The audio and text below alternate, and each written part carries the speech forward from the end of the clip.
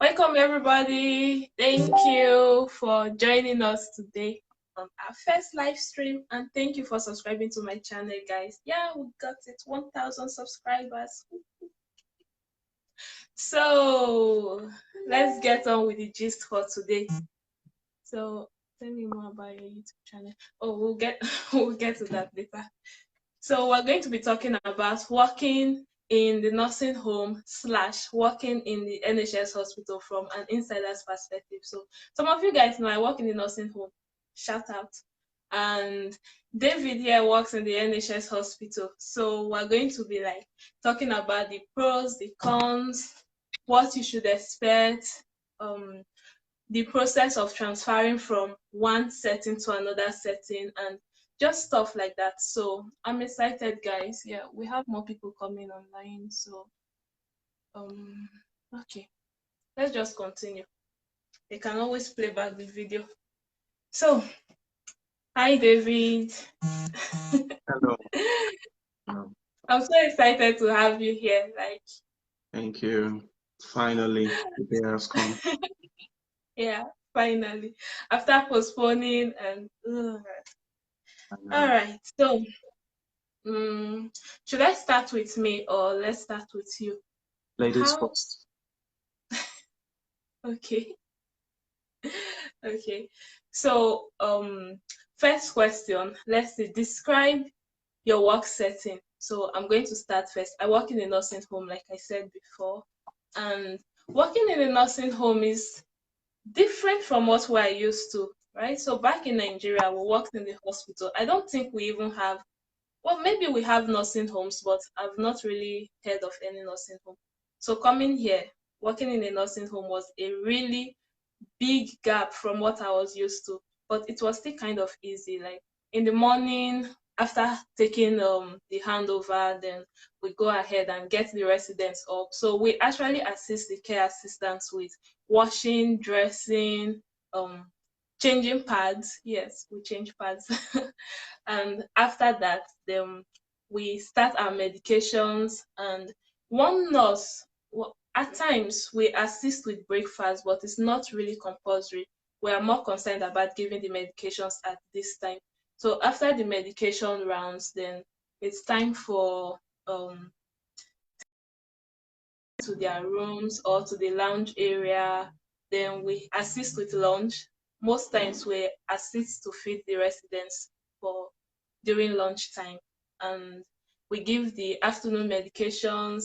Then in the evening, the same thing, we assist with dinner and then give the evening medications. Then that's just all it's all about. Like working in the nursing home, what we usually do most times, the nursing responsibilities that we have then is mostly give medications and check vital signs once in a while when necessary. So that's really different from the hospital. And so that is it. Hi, Rita. You're welcome. So that's what working in a nursing home is all about. I know you say it's very easy, but well, let's see. So, David, tell me, I want to know what it's like working in the hospital. Is it like the same way we work in the hospital back in Nigeria, or is different? Tell me, what do you do? Well, it's a bit different, just a little bit, because the Brits actually colonized us, and most of their culture, most of the things they do, they brought to Nigeria. So the only difference I've seen, the only massive difference I've seen so far is the modernized hospitals, procedures, skills, and things they do as compared to Nigeria. So I would just say a tiny little bit different, but majorly modernized. Um, as compared to what you've just said, if I would state the things I do, I resume work as early as 7 in the morning, and the shift starts at 7. And what is expected of you is to hand over and take over. And that's very, very common with normal Yeah. hospitals in Nigeria too. And that takes about 15 minutes. And by the way, I work in a hemodialysis unit, for those who don't know, in a renal department. after taking over, by the time you guys are finished, the patients would have been walking in because it's an outpatient settings. So, due to the current COVID situation, we'll have to check their temperature first before they move into the unit. And as soon as they get into the unit, the night staff would have prepared the machines, lined up the machines, and prepare, for the day staff to put on the patient. So we put on the patients. Most dialysis session takes about 4 hours.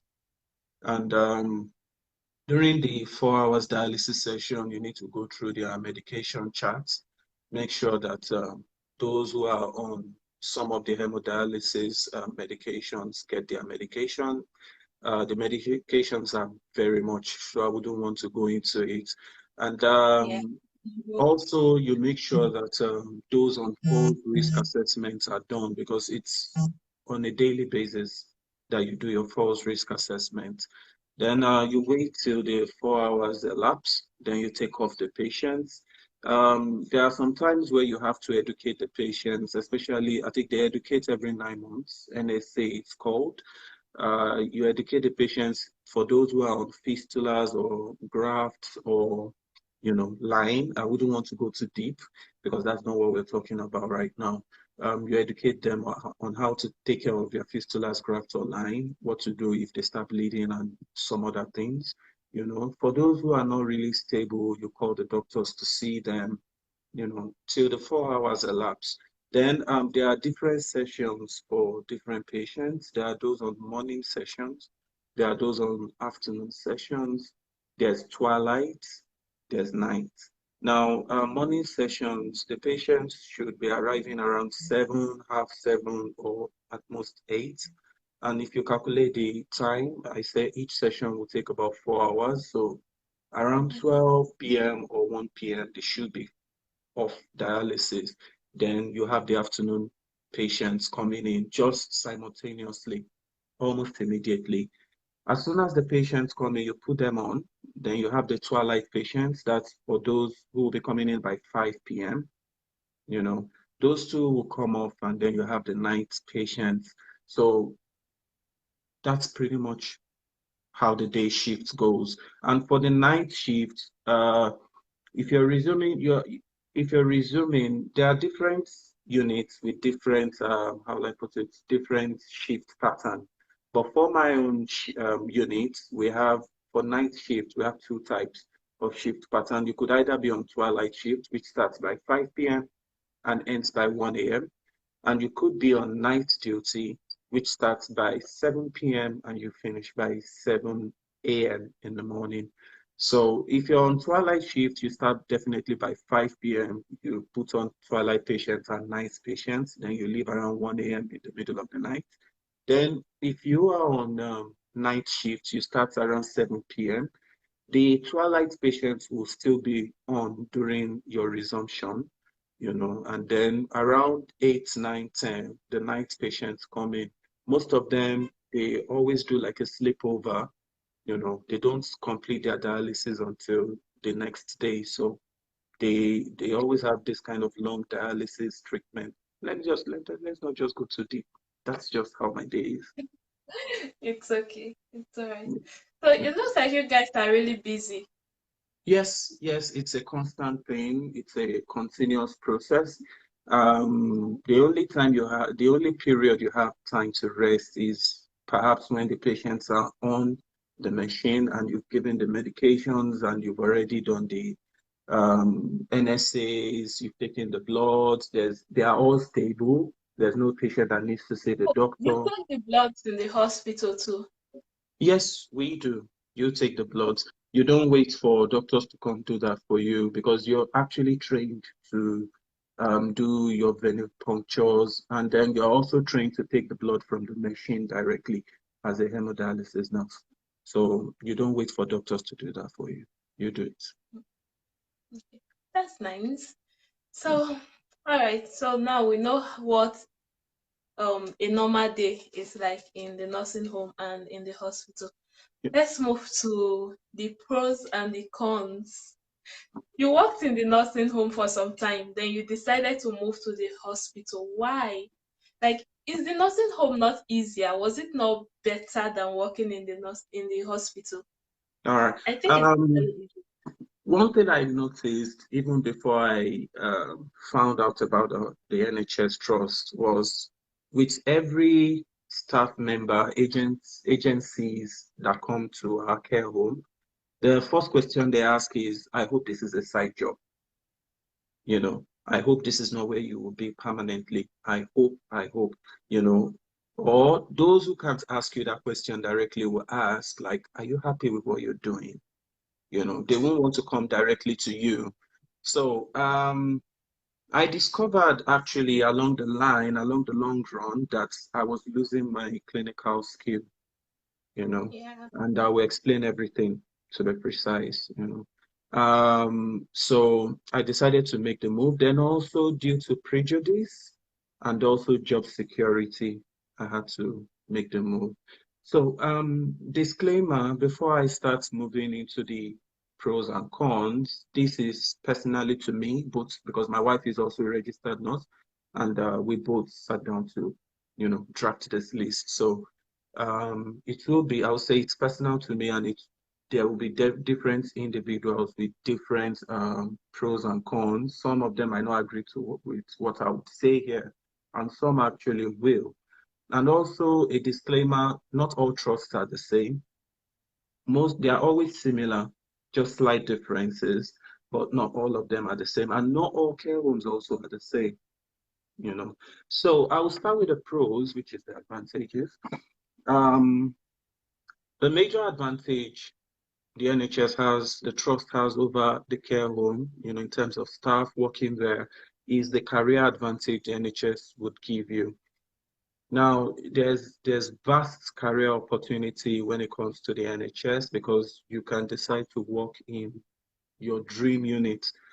Ever since I've been in my year one school of nursing, 2008, 2009, I've always loved hemodialysis.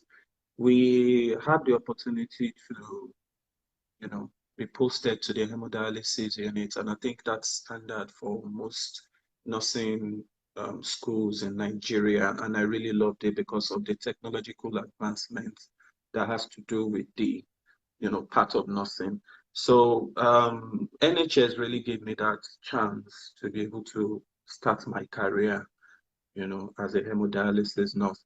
And I really didn't need to go for some extra studies per se, though you can, and I will still get to that. You can, and you should definitely for career development. But I noticed that with care home, it was just bland, like one-way road. You know, you take care of those who are aged with dementia and some other conditions. And I really saw it was becoming boring. But with NHS Trust, there are so many things, that it has afforded me.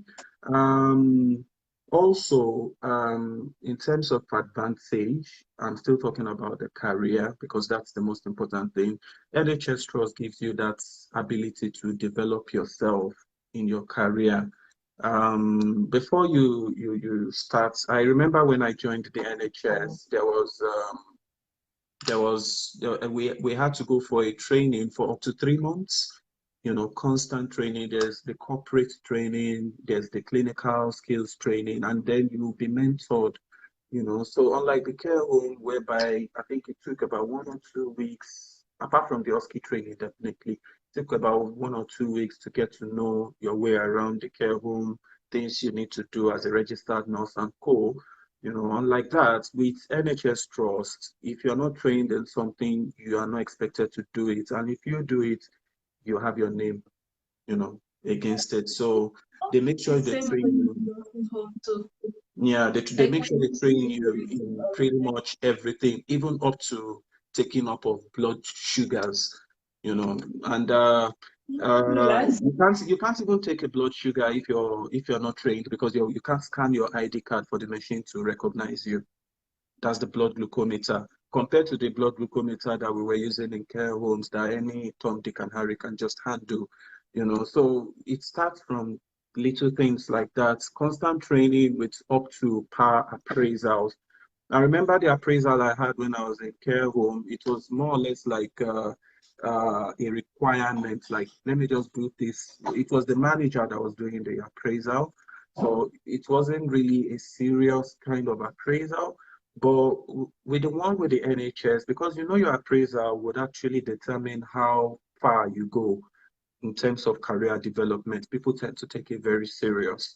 You Yeah. can't move from band five to band six to band seven without a very good, training and without your appraisals. So people tend to take it seriously. Then also the NHS, I'm still talking on that career development.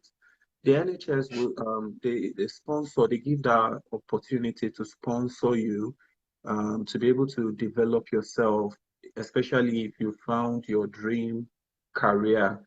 Like I said, I'm a hemodialysis nurse. There are still some courses I could take in the universities that I should take in the university to be fully registered. And all these things the NHS would are ready to sponsor you, though there's always a clause you have to work for some time with them, as the same with care homes, but it's not as bad, I wouldn't, as the care home. Then also, with as compared to the care home where the salary scale is Oh, constant, sorry, hold but on. I yeah, just got a message that we are no longer live. If you can still yeah, see us, please say hi. it's still showing live here, so I believe it's still, Right? yeah. Perhaps the Okay. person's network.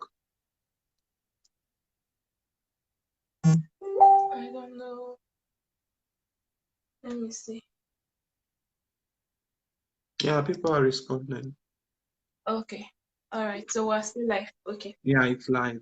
So, as I was saying, there's also career growth in bands. Now, in NHS Trust, we work with the bands. As a registered nurse, we PIN. You start with the band five. Then you move each step as the year goes on to step one, step two. I think it gets up to 10 steps before you go to the band six. And you can skip each step by applying directly to a band six job if you have the necessary qualifications for, the band six. So unlike a home where your salary is kind of, I'm sure it's constant for up to 3 years, if not at least, you know, there's this salary growth, skill growth when it comes to the NHS trust. You don't just remain the same. You can't be compared to someone who just started the NHS trust today as compared to you that you've been in the NHS trust for up to 5 years, up to even 1 year. You're quite different in terms of even the salary scale, you know. Then also there's this massive mentorship support when it comes to the NHS trust, because like I said, it might be slightly different from care homes, but there's always this similarity between all of them. The care home where I had to leave, the mentorship support was not so great. It wasn't so great. They just try to show you what is done, and I wouldn't really blame them because there's not much things to do in the care home as compared to the NHS trust. The skills are always there. And you also get mentored by someone who actually is trained in the university to be a mentor. So not Wait. So just any does Tom, that Dick, and mean Harry. does that mean every nurse has a mentor? Yes, both a clinical mentor and an associate mentor. You have two mentors, not just one. So one would be based on your clinical skills. The other one would be based more or less like your corporate involvement, with the trust, how well you're settling down, your career growth and co. So you always have two mentors. Um, that brings me to the third point, development of clinical skills. Now, that's a major, major, major advantage because, like I said, care home is kind of bland. It's kind of one way. Um, as compared to the NHS Trust, where you have a vast multidisciplinary team to work with, you have the radiological department to work with, you have the pathological department to work with. So many teams come together, to be able to make sure patients are well and they are discharged as early and as soon as possible. Another in terms of development of clinical skill, you have this sharp knowledge of pharmacological skill. Now, in care home, because the kind of I won't call them patients, they call them residents, the kind of people you deal with, they have this similar kind of disease condition, which is majorly dementia. So you tend to notice that the list of medications that they deal with, is it's quite a handful. So the pharmacological skill, you tend to lose your pharmacological skill when it comes to the care home, because you deal with the same set of drugs constantly. Unlike when you are with the NHS Trust, there are so many medications, that you will be exposed to. And thanks to NCLEX that really exposed me to all those medications. It took a while, but I cut the grass on time, compared to the care home that it's either rivaroxaban and co, that you deal with. Then in terms of development of clinical skills, you have various competencies that you need to engage in. If you are not competent in something, like I said earlier on, if you are not trained, if you are not competent, if you are not observed and signed off, you can't do it, even as little as checking of someone's blood sugar level. As simple as it might seem, you are not allowed to, if you're not trained to, if you're not signed off to do it.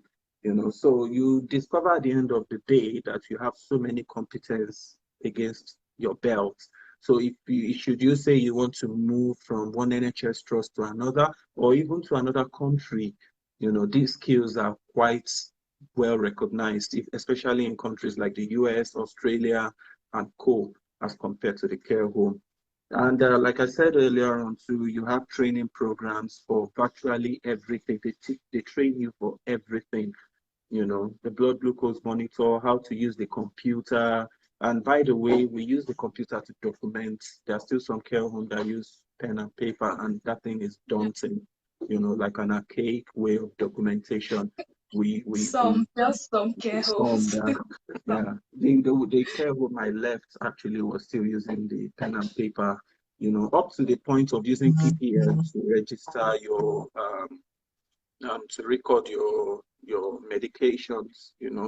So all these kind of things you get training for. So if you choose to leave the country, if you choose to, further your career somewhere else, you could easily just take all the skills along with you to wherever you're going to, as compared to the care home. I'm sorry, the advantages are quite much. So bear with It's me. okay. We want to hear it. We want All to right. hear everything. Then we have the financial growth. Now, I wouldn't want to confuse people, because one of the major disadvantages as compared to the care home between the NHS is, how will I put it, the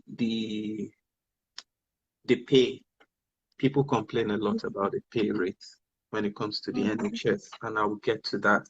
Now, financial growth, NHS actually helps you, in terms of financial growth, because you get an upward review of your salary. Unlike the care home, the contract you come with into the country is your contract. It doesn't change. If they stay paying £17 an hour, once you get here with your PIN, that is how much you'll be earning for as long as you stay in that care home. It doesn't get reviewed. Though there are some of my colleagues that said after their contract elapsed, they drafted a new one for them.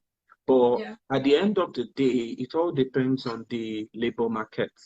Because the care home too, we think of it, why should we pay you so much, when we could easily just get fresh nurses from the country you came in from at a cheaper price? All these things they won't tell you, So I see that the care homes that would accept an upward review of you, and even if they accept it, it's not going to be much difference. It won't be of much difference. Perhaps you were earning 17, they reviewed it to 18.5 pound an hour. As compared to the NHS, that is a constant, it has to But increase. the NHS starts you so low. Yeah, Like, I'll why I'll should get I to that. go Remember, to I the told you I'll NHS get to the and start disadvantage. earning like, okay, let's say for example, I leave my job that is paying me, for example, 18 Mhm, pounds per hour. Then I mhm, go to the NHS to start mhm. earning 12 pounds per An hour hour. to be I will get to reviewed that. every year. Like, how many I years will will. it I take me will. to get up to that 18 pounds per hour? Why? I'll get to that. I'll get to that. Now, like I said, there's an upward review of your salary. You don't stay on that 12 pound after even as little as 1 year. You don't stay on that same salary scale. And also, let me just jump the gun a little bit. There are some shifts that you do that has enhanced rates. Most of the disclaimer, most of the Onyibos here, I will say Onyibos, I don't want to call them by their, so that they don't say this thing is biracial. Most of the Onyibos here, they don't want to work on weekends, So Mm-hmm. because of Yeah. that, there's always this review, upward review, or the salary scale for you working on weekends is different. I think it's up to 1.3 or 1.5 times the normal salary you should earn. Then it goes up to night duty. They don't like night shifts either. Okay. So because of But that, you working nights, would also massively change your salary because you earn much more than what you should be earning. I think they but multiply it by the 1.7 or 1.8 times your normal salary. massively change it's within what range? I Like, think you are that could you earning repeat? 12 pounds per hour.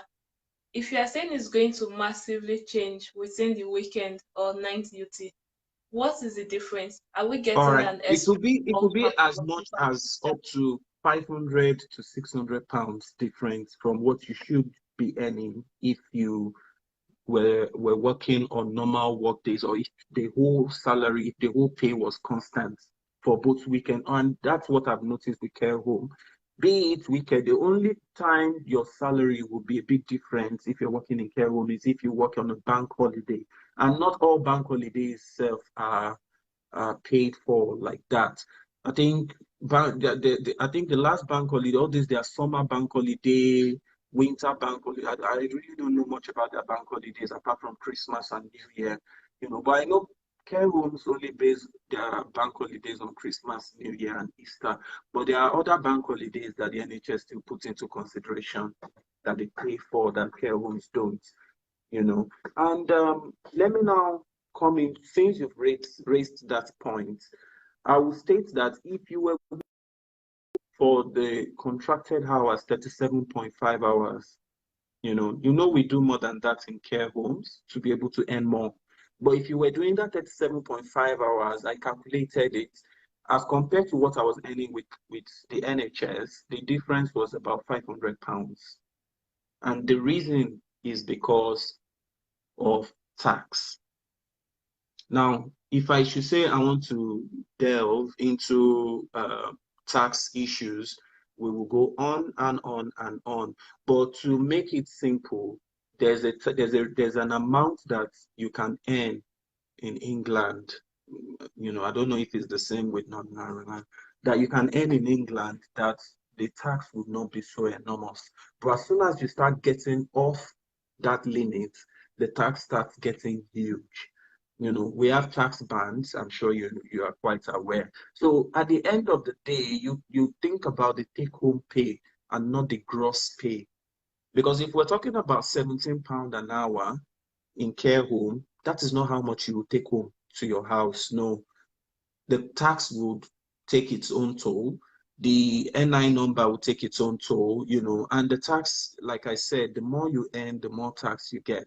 So the more tax that is being deducted, rather. So at the end of the day, you will discover that the take home of a band 5 registered nurse with weekends and nights, around 1,800 is quite similar with 37.5 hours. It's quite similar with the take home of a band 5 or I won't say band 5 because we don't use bands in the with the care home, as it's Yeah. quite similar to the registered nurse. Registered nurses take home with the care home of about 2002 or 2003 after tax deduction, you know. And speaking about that, you could also have your enhancements. What I've recognized and I've noticed NHS staff to do is to use the care home's job as a side hustle, you know, pick 1 or 2 shifts extra with the care home or even with bank in the NHS because they pay huge. Bank with NHS, yeah, bank with the NHS would cost for night duty pay up to about £30 an hour. I have staff and colleagues that get that kind of pay rate, and with the NHS bank, which is why it's quite difficult for you to see NHS staff say they want to come pick up an extra shift with the care home. They would rather, about 90% of them would rather pick up a bank shift in the unit where they work because it actually pays them. So I wouldn't want to delve in too deep into that. We'll just leave it as it is. So I'll continue with the advantages. Okay, because I will Okay. still get to that point. I'll still get to that point in the disadvantage. Okay. So like I said, there's also another advantage in terms of financial growth with the NHS is that there's robust retirement payments. Now, NHS, everybody knows this, has one of the best pay rates in terms of your pension, because it's backed by the government. The government pumps a lot. I know the care home do the same thing, but it's not as much as what the NHS, pays. At the end of the day, we all want to retire and we all want to have something to fall back to. You can't compare how much your employer will be paying on your behalf and how much you are saving on your behalf, towards your retirement pot. You can't compare as compared to NHS, it's huge. 7.1% of your own salary goes to the retirement pot. And that's one of the major disadvantage. But I wouldn't say it's a disadvantage because it's still yours. They're only keeping it for the future, And the government pays, I think, up to about 10% of your salary as contribution towards that as compared to care home. In care home, I think it's between 3 to 5% of your salary you pay towards your pension, and the employer pays twice that amount, you know, to your pension pot. But I'm very sure it's not that much as compared to the NHS trust. Then also there are various incentives because the government knows the salary is not so much. It's people are complaining. So there are so many incentives by the government to help their staff. Incentives like helping to save money in buying items. As compared to the care home, where in fact I've never heard of such incentives when I was in my own care home, and I've worked in some other care homes I've never heard of, whereby you can just walk into a store and they will say because you're working as an NHS staff, you deserve a percentage cut off the price of a product, or they will give you that product and tell you to pay several ahead of it with care home. But NHS gives you that No, I think opportunity. limit that to NHS workers. I think it's just for healthcare workers in general. Not really, I would say not really, because up to it's really reflected in even my phone's contracts. There was during this Corona period, there were so many benefits that came out for NHS worker that didn't really come out for the care home workers. And that's because most of these benefits are bound with your at nhs.net email address. If you don't have that email address, they don't recognize you. I know some people are kind of were fighting for that stuff back then for both care home workers and who to be recognized equally as NHS workers, but till now, I know they are still fighting for that. It still hasn't been implemented. So I will still use that as an advantage. Then there are various schemes also I've spoken about in terms of household items. Then you have great values in terms of loans. If you want to pick up a loan to buy anything, those are the things that I got as an NHS worker. Then that brings me to the next advantage, job security. Now, this is a massive one, a huge, huge one. Um, I'll start with the ability to gain recognition with giant industries. I'm talking about banks, mortgages, and etc. By the grace of God, I joined the NHS January, and I was able to secure the mortgage, my own house, by July, which was about 6 months or 7 months after I joined the NHS. And I remembered something that the bank worker said to me, the staff. He said, I would have found it quite difficult if I was working with a care home because the security, they really don't count the care home as a secured job unless you've worked for quite a Really? long time. Yes, Mhm. because the care home is a private industry. You understand? It's a private industry. And I've been there. I know, I've seen it. How people can tend to just wake up. It's just for someone called your manager or someone to just wake up and say they don't want you anymore, and that's it. But with the NHS, I can't say where do you even want to start from? Who is the person that will wake up? You know, the person must have something, someone to answer to. Everybody has someone to answer to when it comes to the NHS trust as compared to the care home. The manager practically Yes, has yes, the the say. manager also responds to somebody, like the I'm telling manager you, answers even the journal, but and she then responds to the owner there is of the also a home. ladder. She responds to the And owner of the home. it's And not if the just owner of the about the home NHS says now. if the No, owner of the home it's not says just they about don't the want you anymore, NHS. the reason why I'm saying this is because I've been there. And I'll continue with the financial growth ish and ability to gain the recognition with giant industries in the UK. I'm talking about the banks and etc. I remembered when I newly entered England, the first thing Adiamo Adida is repetition. Kindly inform me if there's also repetition in my voice.